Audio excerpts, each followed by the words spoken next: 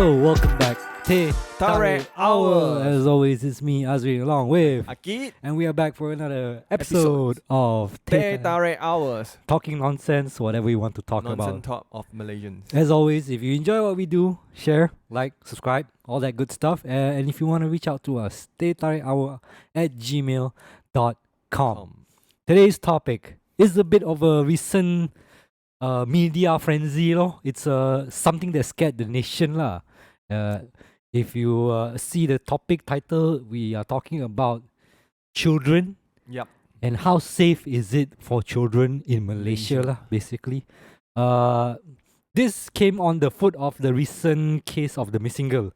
Yes. If you're not aware, which I don't think, if you're Malaysian, you know already, lah. Right? Yeah, I think the reason is a lot of people post on the girl missings in somewhere and found out in JB Johor Bahru. So you guys can, you can have a look. Maybe you can go for the Star or whatever the papers can check out lah. But essentially, it's about the case of Albertine Leo, this 6-year-old girl, who went missing for a while, and then thankfully she was found. And so far, based on what we've read, she's okay. There was no harm done and nothing like that. And there were some people brought in for questioning, but we don't know for sure. I the think this there, girl is very, very damn lucky. Quite. I mean, not just the girl, the family also is quite lucky also that. But a lot of children's missings is after many years also cannot get them back to the families. And this topic is interesting for us because like we come from a different time where we didn't think it was this being a child wasn't this dangerous lah. This possibility of like being kidnapped, everything, right? And this recent Albertine Leo case brought up back some thoughts of like, okay, is it now more dangerous for children? Yes. But let's trace back the timeline here. I think the earliest, because when Albertine Leo was missing, right? We had something called the Noor alert. I think you're familiar with this, right? Actually, do you know what is Noor alert or not? No, I don't know. Oh, okay. Well, for those who don't know, it's Noor alert came after the disappearance of this girl, Noor something. I forgot, can't remember the top of my head, her actual name, but Noor is part of her name. But Noor does not mean the Noor alert is not based on that actually. Noor stands for National Urgent Response. Oh, okay. So it's like in the US, there's this thing called Amber Alert. It's based off this girl who was missing also and was found dead a few days later. So it's like an emergency response, same like we have a weather response, earthquake response. So Amber Alert is something from the US and we adopted that for Malaysia. We call it Noor Alert. It started after the case of Noor, I can't remember again, her full name, Noor something, back in 2010. If I'm not mistaken. It's the boy, is it? The girl is a Malay girl that went missing and then never found. So Noor Alert we started from there, and since then I think we have like a database of tracking missing children. I think PDRM has a website called Kanak-Kanak Hilang or something like that, where they list up all the names of the children missing. Some goes as far back as 2010 actually. If you look at it, I think right now it stands at about 200 plus children still missing to this day. So based on that alone, that's a lot of information, right? On that alone, it kind of sounds like that children nowadays is much more dangerous. No, not the children dangerous. You think the children is dangerous? No, I mean like there's more danger in children being missing or abducted and all these things. But that's the funny thing, right? I don't know about you but for me when I was younger, there wasn't much of a fear of us just go out and then jalan and hang out until like 6 or 7 in the evening and come back. Like there wasn't much fear as compared to now, because even like my family members that have children, they also like, we don't want to let our children walk by themselves or at least go around at night and evening like that. For my time also is same. Like last time I think we are same also lah. We are almost similar. the same similars lah, because we are take a bus, the school bus, and then even or you even just jalan from school by yourself.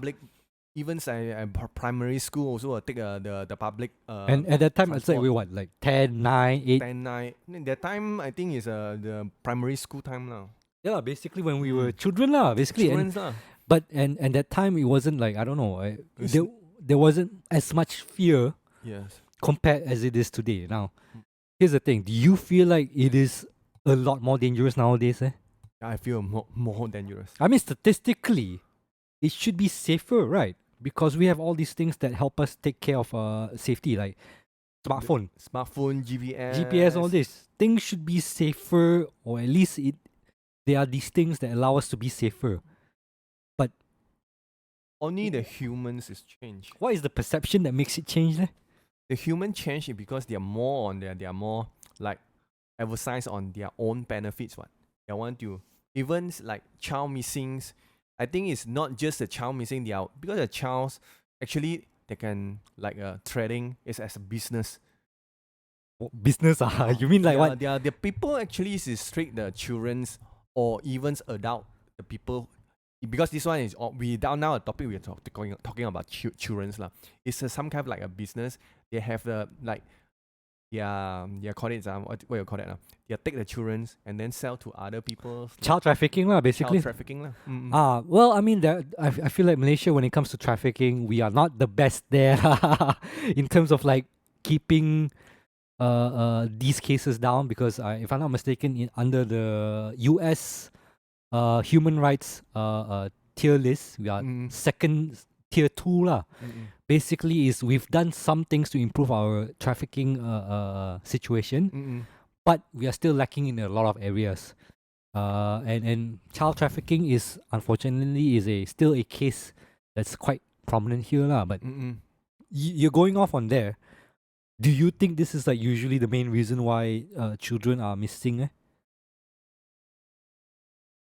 Okay. The first things it's not just in Malaysia. I mean in like Southeast Asia, a lot of the children actually is the whole world things. Of course, it's the child trafficking is a it's a global issue lah. Global issues, because the childrens, there's some kind of like Malaysia. Actually, Malaysia not much. Just recently we get up the grow up the numbers. Just reasons I aware on the news it's just reason they grow up on the news. Before that, we know a lot of the people who heard the news lah. They go for the Laos Vietnam's the children who are trafficking to those Southeast Asia place lah. So a lot of children are taken and then sold off to these countries and sold off somewhere else and all this thing lah. And there is some truth to like this kind of like underground illegal trafficking that continues to be able to conduct their businesses in Southeast Asia without much. In some more Malaysia, maybe we are not very strict to protect our children. So which means maybe they have some interchange. Like I mean, well, the children rights thing, a topic that we discussed this. I think we discussed the human rights and also some parts of children right, but and yes, children's right here is a bit of an issue as well, and that also spread into like how children end up being into this kind of situation lah. But the thing is, right, we were talking about the safety of children today in Malaysia, right? And I think the general feel here is that it's not safe for children to be by themselves anymore. I think our society also changed. And some more like because the society changed, a bit more if let's say we are the parents lah, we are more take care of our children compared to those old days. Now I believe if let's say you guys is a parents, for sure you guys will send your child and your children to go for school, or even they go for the activities, whatever activities. The parents are follows. Like if you send your child to school, definitely you will walk with them, right? And everything. But here's the funny thing, and this was a shock to me lah. I went to Japan. I went to Tokyo, and I was walking around in the morning, and I saw children 5-6 year old walk by themselves. in the city. They just go by themselves. No parents, no nothing. That level of safety is I could not imagine like in this world. Like being able for these children to walk without having to worry about anything. And I don't know about Singapore and how safety it is, but like in Malaysia, that is like you inviting kidnapper to take away your children if you just let it like that. Okay, if let's say in Singapore, I also see the same case, but I know Japan is I can see even the kindergarten students they wear the yellow caps. Yeah, they're so cute. They jalan. They go back. They go to the tadika, the school. The Japanese, they're damn advanced, you know. And even like I don't know like there's that variety show where they send the children to the supermarket to buy the thing. It's very independent, and there's no fear there. Mm-mm. And I do believe right now I don't know to what extent, but I still believe I do believe that it's still that way in Japan right now lah. Like the adults don't have to constantly be around their children all the time. So why is it so different there compared to here? Is it a culture thing? Is it? I think where did this fear come from? Actually, it's the culture lah. If let's say come to Malaysia, what do you mean when we say culture, right? Okay. The things if let's say we apply in Malaysians lah, we apply in Malaysians, then parents let the children the same like Japan for them to go to the school. People are worried. The first thing we are worrying, you will get, kidnap or something. Albertine Leo suddenly like that, right? Maybe from the foreigners. Now here's the thing. Is that we are automatically we assume that, right? Yes. Because when I was younger and my parents also did this to me, oh you naughty then I will let the Indonesian kidnap you and take you away. Isn't that programming on our brain to make the wrong judgment about foreign workers or foreigners? Or even if you go the racist route you go around, the Indian guy will take you away one. I'm sure you can hear this thing before one. Some people will say this. And this kind of like preconceived notion of what would happen. But the thing is, right, if I'm not mistaken, the Albertine Leo case, some of the suspect is like Chinese people as well. So it's not necessarily the race of the people, it's just it is the person itself or the bad people there But we've been programmed to think, the foreigner will come and take you. But the Chinese is the Chinese who do the reason. The kidnap. That's why. It's like it's not a race thing anymore, right? But like I say, okay, it's culture. Did we program the fear into ourselves that it become part of who we are? That we cannot accept the fact that maybe it's okay to let your children to walk by themselves. Or is the reality is that depressing that if you let your child walk by themselves, definitely will kena kidnap or anything or like that? Okay. For me, if let's say I got a children in Malaysia, if let's say a 10 years old or 12 years old children, for them it's very unsafe. Even, after you take a bus, you can go for the bus. Usually we are thinking, this is a very, a Chinese thing. Very Chinese thing. It can be your own personal thinking saja lah. Yeah, my own thinking also. Very personal. You see, you go for the bus. Nowadays, who take a bus? You also automatically will thinking, foreigners take a bus. And then if let's say your child go take the bus, what will happen to them, is it? But then that's the thing. You've been programmed to think like, the foreigner will do something wrong. After you take a bus, you don't have the proper walk alley, right? After that, you can see so danger the car, and then you see all the road is got lubang or things. Also, will worry about other things, other issues. So you won't let your kids or your childrens walk. So it's more like a societal issue and infrastructure issue when it comes to Malaysia and having your child be walking by themselves lah. Yep. But then again, like even in a mall, right, would you allow your child to roam around by themselves? Not really also. Right. But it's a mall, right? You will assume a mall have better security, better system in place. I would assume lah. But then again, you still don't feel confident, right? Honestly, I would say lah. I personally, I also don't feel confident. If I have children, I wouldn't feel confident to let them walk by themselves in Malaysia lah. It is like what you say. Some of it is like infrastructural things, and also I think I've been programmed since I was young to not have that trust in people to not harm my child lor, like that. I just naturally assume the worst is going to happen there lor. Whereas maybe if I'm in Japan at that time, I wouldn't feel that because the culture is very different. It's like some kind of like, I know that the Japan's, maybe they have put the stuff outside the shop lots, and then even they put their goods.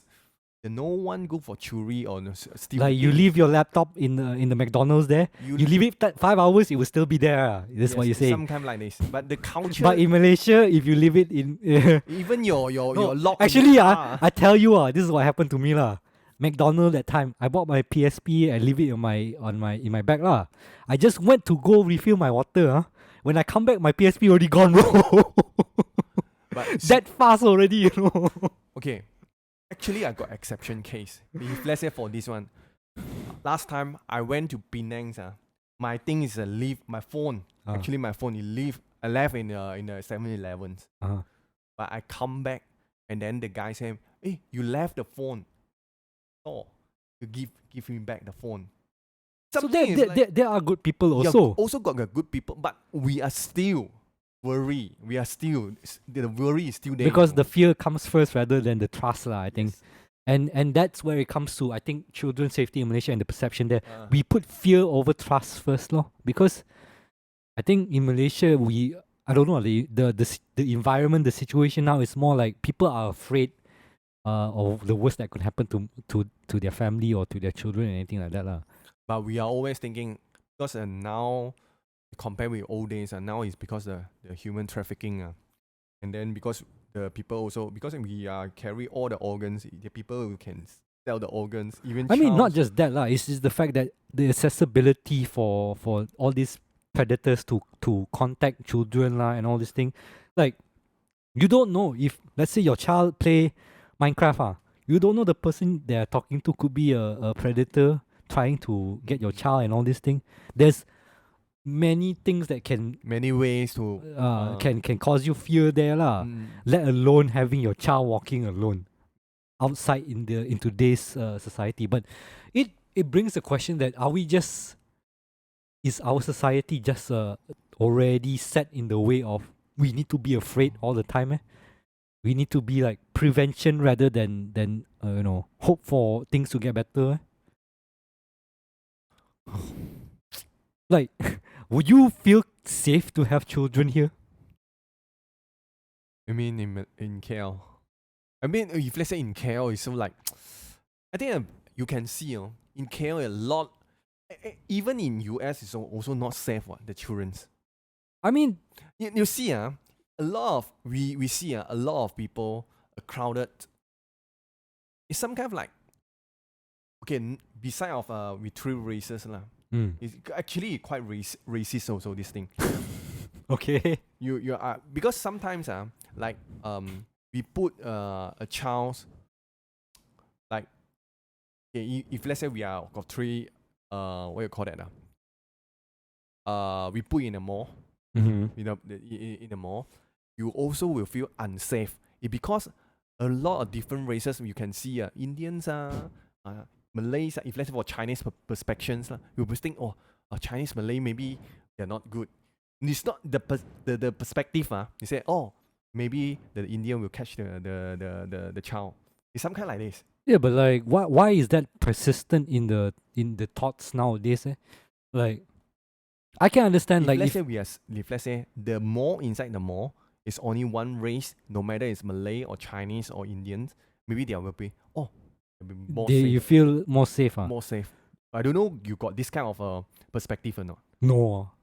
Because you see, in Japan, so maybe they have single. I mean, I rooms. can understand from in Japan perspective because it is a homogeneous society lah. It's all Japanese, so you assume everyone is same as you ma. Whereas in Malaysia, you as a Chinese, might not necessarily connect with an Indian guy, and you don't know how that person would act or something like that, right? I think we don't. They say come to Singapore. Singapore also is same like us, what multi race. But again, if I'm not mistaken, I do see some of like children going by themselves to school and everything like that. God, right? Singapore, God. And I don't know how their statistics are over there lah. But I think because Singaporean also think, oh, Singapore so small. How you go? Where do you go? After custom is there. I mean, that's true lah. It's small lah. It is nowhere to run lah. Basically, yeah, the security is there. So is that a security issue then? Is it the police fault then? Is our police not good enough? You want to tembak the police or not? That's the thing. But here's the thing. In the Albertine Leo case, they did do a good job lah. But again, missing cases, I don't know how well they do. The statistic wise, I did read somewhere that out of like 7,000 plus missing cases, almost 90% were found lah. So I mean, I guess there's good track record there, but it's not being reinforced that to people that children are safe in Malaysia without supervision. You need constant supervision of your children to be safe lah. But I don't know. Do you think it's a security issue in Malaysia still? Or is this a parent's fault? Is it a parent's fault? Someone has to hold the blame. Of course, actually, if you were to tell straight lah, the person to blame is the person who did the kidnapping lah. That's the easiest answer there lah, isn't it? Like, do you go to in the case of Albertine Leo, is it the parents' fault that they messed up or something? Or is it the security's fault that they did not react quickly enough? If let's say for people who are kidnapped, I believe the people who are kidnapped are very close to you, and then they know your your behaviors, your attitudes, and everything. And then they try to they know what time you go out from your house, and they do the planning. I don't know. I mean I think that's usually the case for like a lot of like sexual attack all this thing. Maybe also kidnapping lah, but again in Malaysia I don't know the statistic specifically of how much that in the children missing cases. Although people say, I mean, based on some reportings I read, that usually when it comes to like teens missing, it's because they cabut lari with their boyfriend or girlfriend or something like that lah.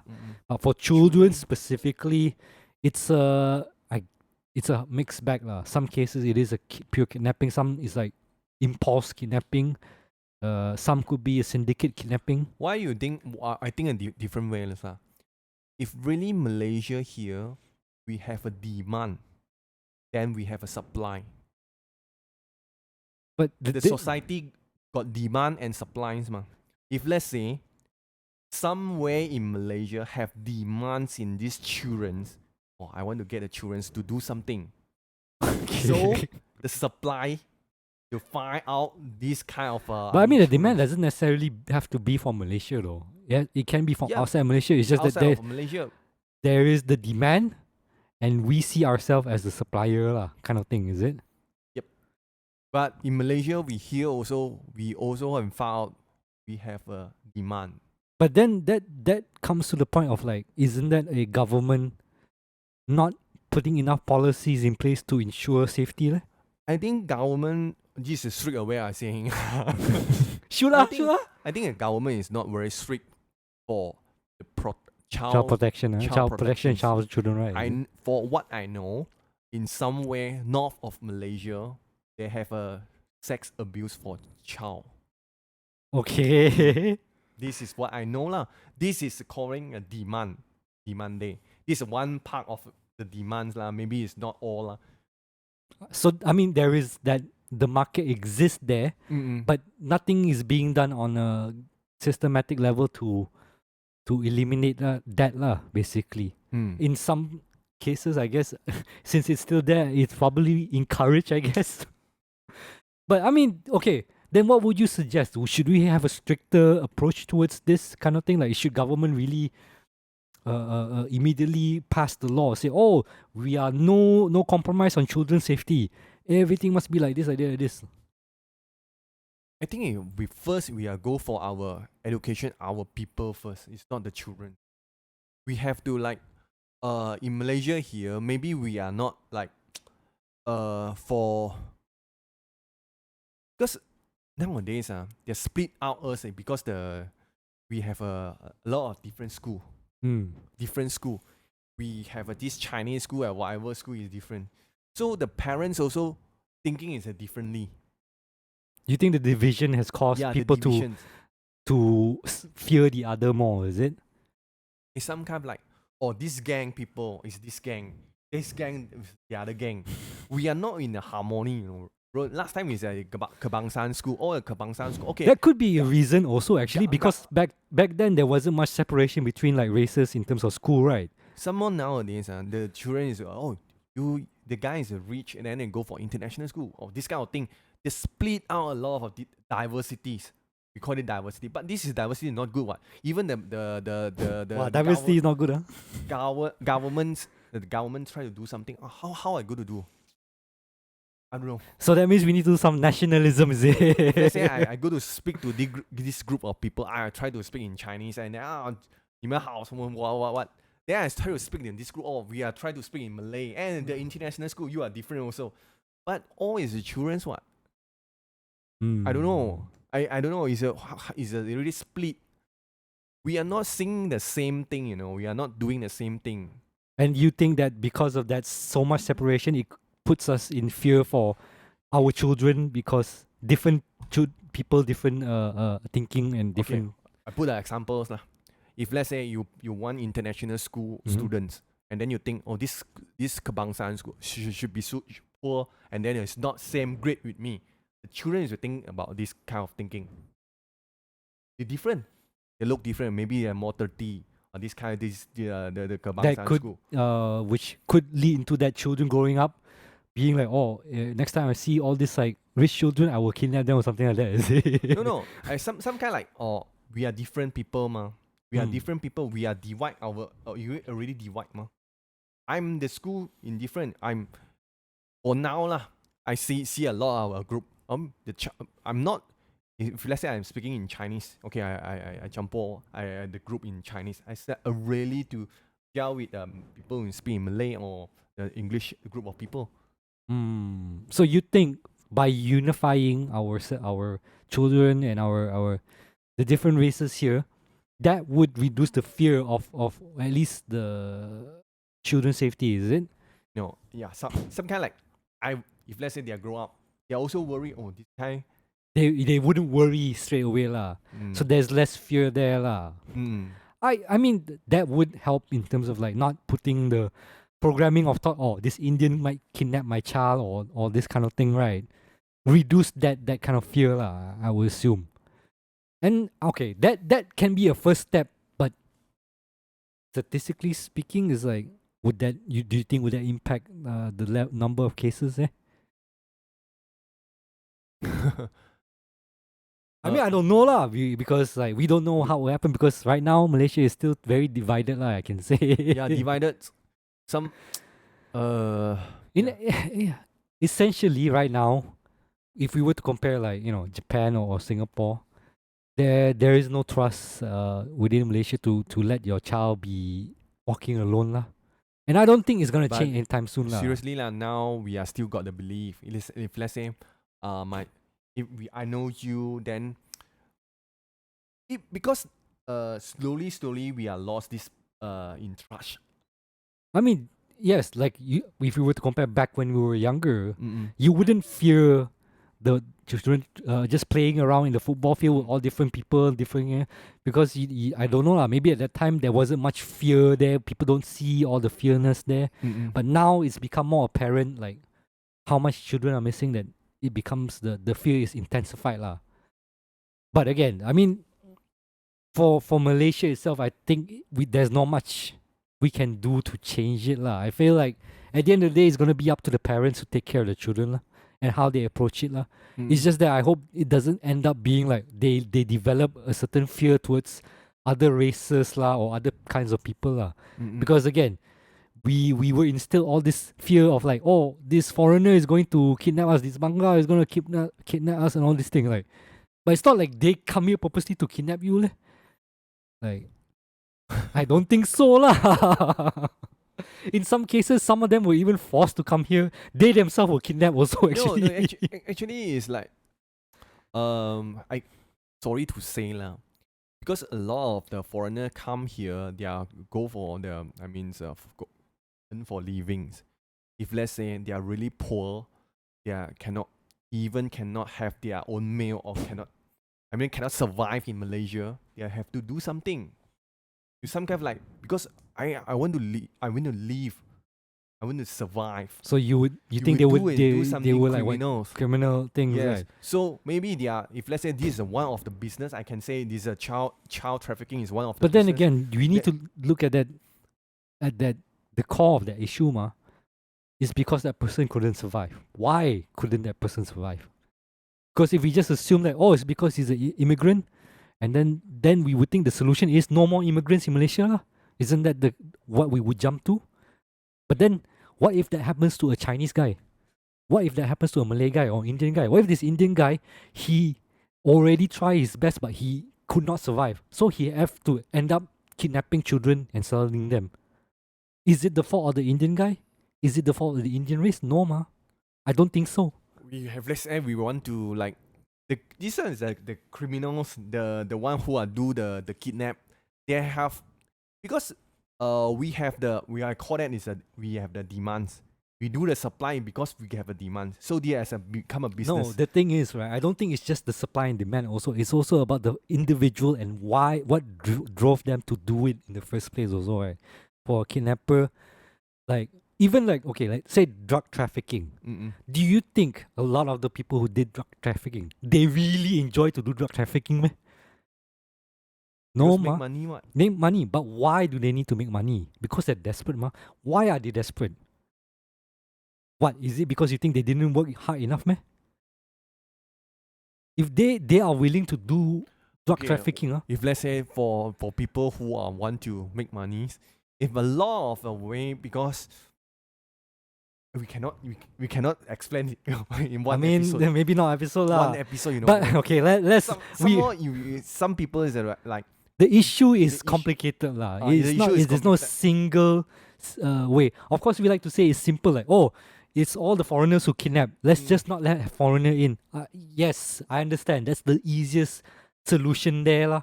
But is that the correct solution? That's the thing. And when it comes to children's safety here in Malaysia, the correct solution shouldn't be looking at, oh, it's a foreigner doing this or what and all this thing. That I do believe the answer is much more complicated than that, because other countries can do it. Why can't we? Then there's gotta be an explanation there lah. And unfortunately, I'm not smart enough lah to actually. We're not smart enough for this answer. I'm not smart enough. We're both not smart enough lah. It's just that it gives the thought of like, okay, other countries can do it. Why can't we? What is there that makes us different in terms of like not solving this issue? Is this a government problem? Is it a systematic problem? Is it our educational project? Is it a security problem? Yep. There has to be a reason why one. But of course, as it is right now, we're just grateful that Albertine Leo is found safely. Hopefully, children who are missing are also found lah. But actually, I also thinking if let's say a lot of we got this free visa things. Free visa, which means we come in Malaysia and go out Malaysia is easily. Okay, this one you don't start say, oh, they come in, they do crime, they cabut lari like that, is it? Yeah, I think maybe it's some kind of like free visa is easy to get into Malaysia and then easy to get out from Malaysia, and then okay, that can be another topic lah. But for now, what do you guys think? Do you think children are safer in Malaysia today, or is today is much more dangerous to have your children walking around. Let us know what you think, especially if you have children. If you don't have children, kind of weird. But well, I mean, we don't have children also, lah, but like, it is a interesting topic. But yeah, let us know what you guys think. Whether or not Malaysia is safe for children to be walking around and roaming by themselves. If you enjoy what we do, please, as always, share, like, subscribe, comment, all that good stuff. And as always, if you want to reach out to us, Teh Tarik Hour at gmail.com. And until then, we will see you guys on the next episode. Thank you. Goodbye.